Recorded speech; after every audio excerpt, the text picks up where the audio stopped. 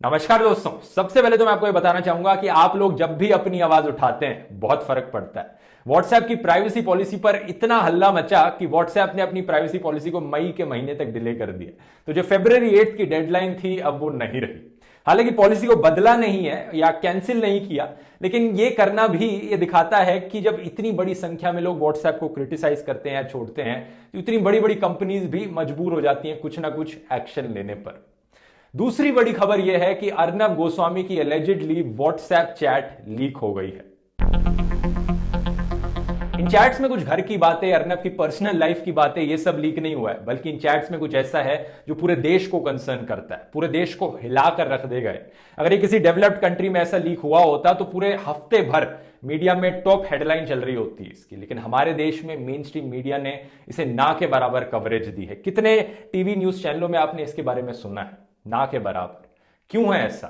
शायद इसलिए क्योंकि मेन स्ट्रीम मीडिया को डर है इन चैट्स में कुछ ऐसा ना निकल जाए वो जो उन्हें खुद भी एक्सपोज करता हो। BARC, broadcast audience research council, जो ऑर्गेनाइजेशन इंडिया में रिस्पॉन्सिबल है टीआरपी देने के लिए, इस ऑर्गेनाइजेशन के पुराने सीईओ पार्थो दास गुप्ता जी, एलिजिडली इनकी चैट लीक हुई है अर्नब गोस्वामी के साथ। कैसे लीक हुई है चैट्स? द हिंदू अखबार के अनुसार ये व्हाट्सएप चैट्स मुंबई पुलिस की 3400 पेज की सप्लीमेंट्री चार्जशीट का हिस्सा है जो मुंबई पुलिस ने फाइल करी थी एलिजिड टीआरपी स्कैम की इन्वेस्टिगेशन के दौरान। अगर आपको टीआरपी स्कैम के बारे में डिटेल में जानना है, मैंने इस वीडियो में बताया एग्जैक्टली क्या एलिज किया गया है, कैसे काम करा है। वो आई बटन पे क्लिक करके आप इस वीडियो को पहले देख सकते हैं या फिर लिंक नीचे आपको डिस्क्रिप्शन में मिल जाएगा। इनिशियली पहले जो व्हाट्सएप चैट है 500 पेजेस की, ये लीक करी गई थी, लेकिन अब खबर में आया कि ये पूरी की पूरी 3400 पेजेस की चार्जशीट ही लीक कर दी गई है। तो इस चार्जशीट में ना सिर्फ व्हाट्सएप चैट्स हैं अलग अलग लोगों के साथ इस एक्स सीईओ की, बल्कि ईमेल्स भी हैं और बाकी सारी इंफॉर्मेशन है जो भी पुलिस ने कलेक्ट करी है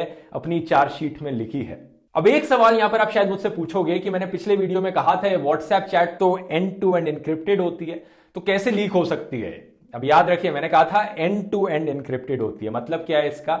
जो इंसान मैसेज भेज रहा है और जो इंसान मैसेज रिसीव कर रहा है, उन दोनों को तो ये मैसेज दिखेगा ही। तो एक तरीका हो सकता है कि पुलिस ने इस चैट को पार्थो दास गुप्ता जी के फोन से ले लिया हो, क्योंकि पार्थो दास गुप्ता जी अभी करंटली अंडर अरेस्ट हैं पुलिस के। तो अगर पुलिस को उनका फोन मिल गया होगा, उनके फोन को एक्सेस कर पाई होगी पुलिस, तो सिंपली फोन खोलकर वहां से व्हाट्सएप चैट निकाली जा सकती है। अगर इस तरीके से पुलिस ने चैट्स एक्सेस नहीं करी तो एक दूसरा तरीका हो सकता है व्हाट्सएप के गूगल ड्राइव या iCloud के बैकअप्स के द्वारा।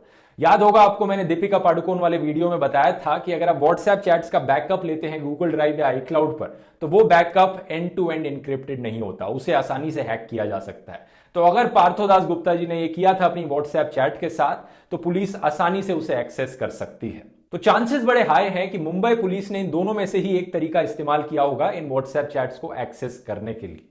टीआरपी स्कैम की हेयरिंग चल रही थी दोस्तों बॉम्बे हाई कोर्ट में, और बॉम्बे हाई कोर्ट ने डिसीजन लिया कि अगली हेयरिंग की डेट 29 जनवरी को होगी। उसी के बाद ही ये व्हाट्सएप चैट्स लीक करी। कई लोग स्पेक्युलेट करते हैं कि ये काम मुंबई पुलिस ने खुद ही से ही किया है, लेकिन अभी हमें ये नहीं पता चला है कि ये लीक एग्जैक्टली किया किसने। दूसरा सवाल यहां पर ये उठता है कि ये जो व्हाट्सएप चैट इस लीक में दिखाई जा रही है, ये एक्चुअली में सच भी है या नहीं है? ऐसा हम फॉर श्योर कैसे प्रूव कर सकते हैं कि ये चैट्स एक्चुअली में ऑथेंटिक हैं और ये एक्चुअल कॉन्वर्सेशन है जो अर्नब गोस्वामी ने पार्थो दास गुप्ता को करी थी? इसकी बात मैं वीडियो में आगे करूंगा दोस्तों। पहले हम बात करते हैं कि इन व्हाट्सएप चैट का कंटेंट क्या है। अगर ये व्हाट्सएप चैट लीक सच है दोस्तों, तो ये कुछ बहुत ही माइंड ब्लोइंग चीजें एक्सपोज करते हैं। आइए एक एक करके देखते हैं इनमें क्या पाया गया है। पहली चीज ये पाई गई है, एलिजिडली अर्नब गोस्वामी को बालाकोट एयर स्ट्राइक्स के बारे में पहले से ही पता था, उनके होने से भी पहले। 23 फरवरी 2019 को अर्नब गोस्वामी ने चैट में लिखा, something big will happen, government is confident of striking in a way that people will be elated, exact words use. यानी अर्नब गोस्वामी ने एलिजिडली लिखा है कि सरकार बड़ा कॉन्फिडेंट फील कर रही है कि हम इस तरह से जवाब देंगे कि लोग खुश हो जाएंगे, कुछ बड़ा करेंगे हम यहां पर। ऐसी इंफॉर्मेशन दोस्तों देश के टॉप मिलिट्री सीक्रेट्स में आती है और अर्नब गोस्वामी को यह चीज अपेरेंटली 3 दिन पहले से ही पता थी। अगर इन चैट्स की ऑथेंटिसिटी प्रूव हो जाती है दोस्तों, तो कई एक्सपर्ट्स का मानना है कि अर्नब गोस्वामी को इस रीजन की वजह से ऑफिशियल सीक्रेट्स एक्ट 1923 के अंदर भी चार्ज किया जा सकता है, क्योंकि ऐसे top military information leak out करना, लोगों को व्हाट्सएप पे लोगों को शेयर करना, ये एक्चुअली में ऐसा काम है जो कि देश के अगेंस्ट है। अगर ये पहले से ही पता चल जाता तो ये देश के लिए बहुत बड़ा खतरा है। एक्चुअली में ऐसे कामों को एंटी नेशनल कहा जाता है। दूसरी चीज, पुलवामा हमले के बाद 14 फरवरी 2019 को अर्नब गोस्वामी एलिजिडली पार्थोदास गुप्ता को व्हाट्सएप पर अपनी तारीफ करते हुए बताते हैं कि कैसे इनका चैनल इकलौता चैनल है जिसकी ग्राउंड प्रेजेंस है कश्मीर में, और कैसे ये 20 मिनट आगे थे बाकी चैनल से रिपोर्टिंग करते वक्त। और साथ ही साथ अर्नब गोस्वामी एलिजिडली ये भी लिखते हैं, this attack we have won like crazy. सोचकर देखिए, एक ऐसा हमला जहां पर देश को इतना बड़ा नुकसान सहना पड़ा, वहां पर अर्नब गोस्वामी इस हमले को अपनी एक जीत बताते हैं। शायद इसलिए क्योंकि इन्हें बहुत सी टीआरपी मिली अपनी रिपोर्टिंग की वजह से। तीसरी चीज, 19 अगस्त 2019 अरुण जेटली जी जब लाइव सपोर्ट पर थे तो अर्नब गोस्वामी एलिजिडली लिखते हैं पार्थोदास गुप्ता को, जेटली इज स्ट्रेचिंग इट, और फिर कंप्लेन करते हैं कि कैसे उनकी एक मीटिंग डिले हो गई है इसकी वजह से। चौथा, कुछ ऐसी चीजें जो शायद एक्सपोज करती हैं कि हमारी सरकार मीडिया में किस लेवल तक का करप्शन चलने लग रहा है। 17 मई 2017 एलिजिडली लिखा जाता है अर्नब गोस्वामी के द्वारा, all ministers are with us. 16 अक्टूबर 2019 पार्थोदास गुप्ता एलिजिडली अर्नब गोस्वामी से पूछते हैं कि please get me a job as the media adviser with PMO. वो फेडअप हो चुके हैं इस बीएआरसी की नौकरी से। 7 जुलाई 2017 पार्थोदास गुप्ता एलिजिडली लिखते हैं कि रिपब्लिक टीवी के खिलाफ एक कंप्लेन आई है ministry of information and broadcasting में, और अर्नब गोस्वामी रिप्लाई करते हैं, about the dish FTA thing Rathore told me he is keeping it to a side. कई लोगों का मानना है यहां पर राठौर रेफर करता है राज्यवर्धन सिंह राठौर को, जो कि हमारे पुराने union minister of state and information broadcasting थे। तो इस चैट का क्या मतलब निकल सकता है? क्या एक मिनिस्टर ने रिपब्लिक टीवी के खिलाफ कंप्लेन को दबा दिया क्योंकि शायद बहुत अच्छे रिलेशंस थे सरकार और इस मीडिया हाउस के बीच में?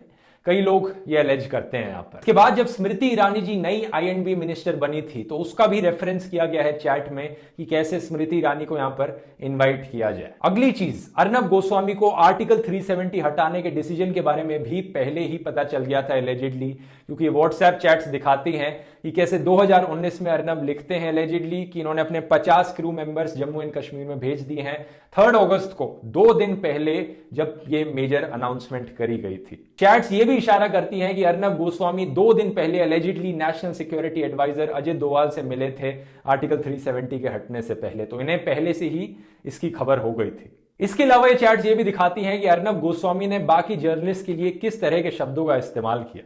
इन्होंने राजदीप सरदेसाई के बारे में एलिजिडली कहा he is losing his job, Sagarika Ghosh के बारे में she is rotting in Times, Arun Puri के बारे में part of Congress propaganda machine, Rajat Sharma के बारे में जो कि एज्यूम किया जा रहा है इंडिया टीवी के रजत शर्मा है, N utter fool with a सब स्टैंडर्ड चैनल, राहुल शिवशंकर जो एज्यूम किया जा रहा है टाइम्स नाउ के हैं, एन एस। और चैट में बड़ी खुशी खुशी लिखा गया है अर्नब के द्वारा कि कैसे अमित शाह ने अपने इंटरव्यू में टाइम्स नाउ की नविका को कचरा बुलाया। साथ ही साथ रजत शर्मा के बारे में एलिजिडली ये भी कहा कि Rajat Sharma is in a mess with Jaitley almost gone.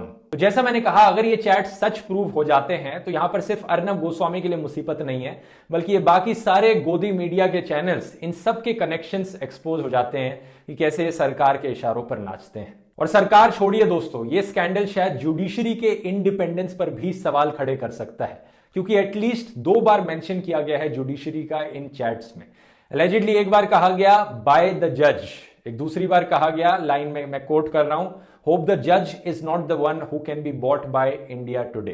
तो कितनी आसानी से यहां पर कोर्ट के जजेस को शायद खरीदने बेचने की बात करी जा रही है। जुलाई 2019 में जब नेटवर्क 18 का चैनल नंबर 2 की पोजीशन पे आ गया बीएआरसी की रेटिंग्स चार्ट में, तो एलिजिडली अर्नब गोस्वामी ने लिखा कि कैसे उन्होंने बहुत हार्ड वर्क किया है और नेटवर्क 18 ने कुछ भी नहीं किया है और वो फिर भी नंबर 2 पर आ गया है। इन्होंने इंसिस्ट किया कि ये फेयर नहीं है और ऐसे नेटवर्क 18 को यहां पर जीतने नहीं दिया जा सकता। इन्होंने ये भी कहा कि जो नेटवर्क 18 का लैंडिंग इशू है उससे डील करना चाहिए बीएआरसी के सीईओ को। याद रखिए, ये जो सारी चैट करी जा रही है यहां पर अर्नब गोस्वामी के द्वारा एलिजिडली, ये बीएआरसी के सीईओ के द्वारा करी जा रही है, जो कि टीआरपी की रेटिंग्स निकालते हैं। एक दूसरे इंस्टेंस में पार्थोदास गुप्ता एलिजिडली एक डॉक्यूमेंट शेयर करते हैं अर्नब गोस्वामी के साथ इन स्ट्रिक्ट कॉन्फिडेंस, कहते हैं कि कैसे इन्होंने बाकियों को जैम कर दिया है, और एलिजिडली व्हाट्सएप पर ये लिखते हैं have supported you without saying so.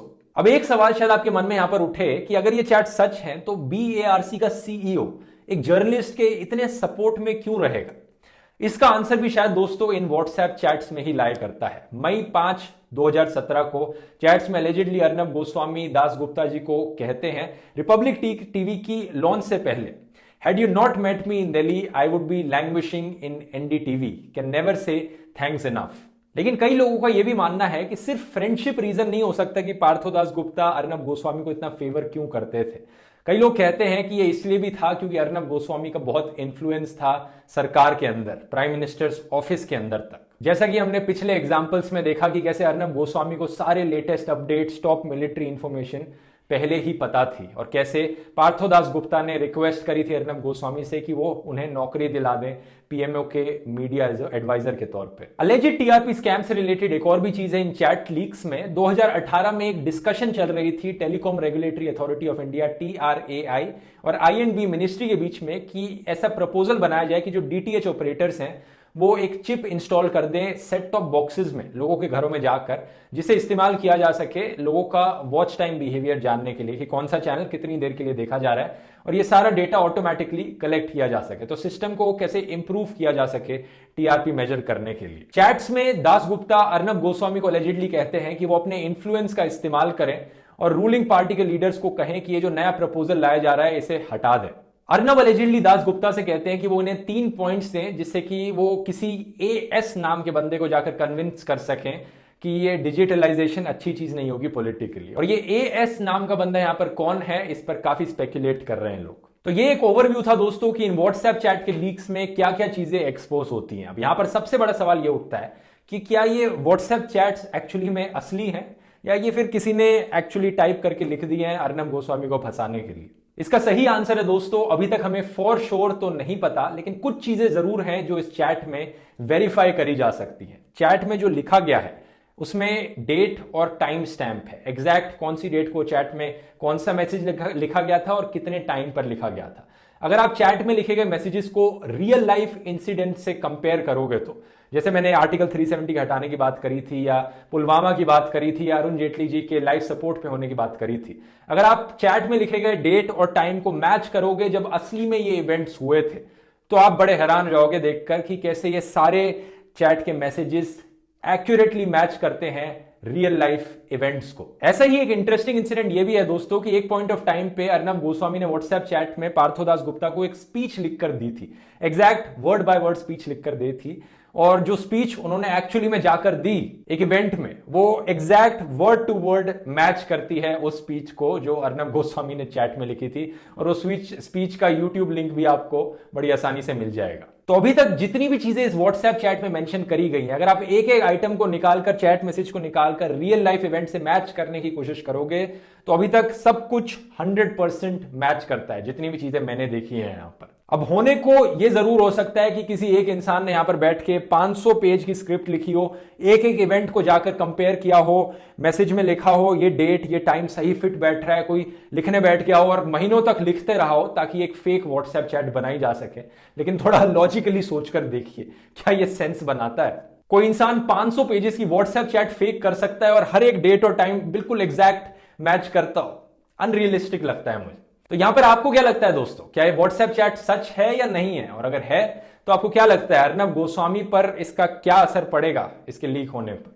नीचे कमेंट्स में लिखकर बताइए। अगर वीडियो पसंद आया वीडियो को शेयर कीजिए ताकि इन्फॉर्मेशन ज्यादा से ज्यादा लोगों तक पहुंचे। मेन स्ट्रीम मीडिया वैसे भी इस पर बात नहीं कर रहा है। और अगर आपको मेरा काम पसंद आता है मुझे सपोर्ट कर सकते हैं patreon.com/ध्रुव राठी पर, या यूट्यूब पे मेंबर बनकर ज्वाइन बटन क्लिक करके, ताकि ऐसे ही और वीडियोस में आपके लिए फ्यूचर में बनाते रहूं। चलिए मिलते हैं अगले वीडियो में। बहुत बहुत धन्यवाद।